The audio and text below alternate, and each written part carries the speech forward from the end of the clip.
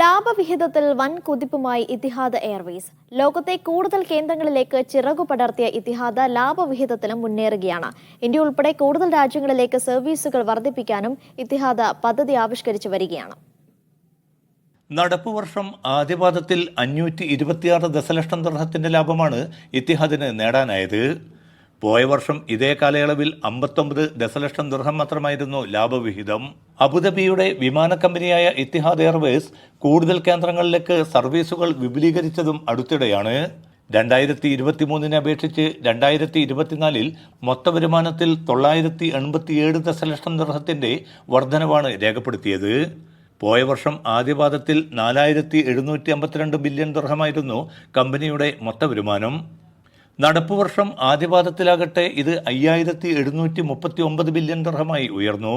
2023 അപേക്ഷിച്ച് യാത്രക്കാരുടെ എണ്ണത്തിൽ 41% വളർച്ച.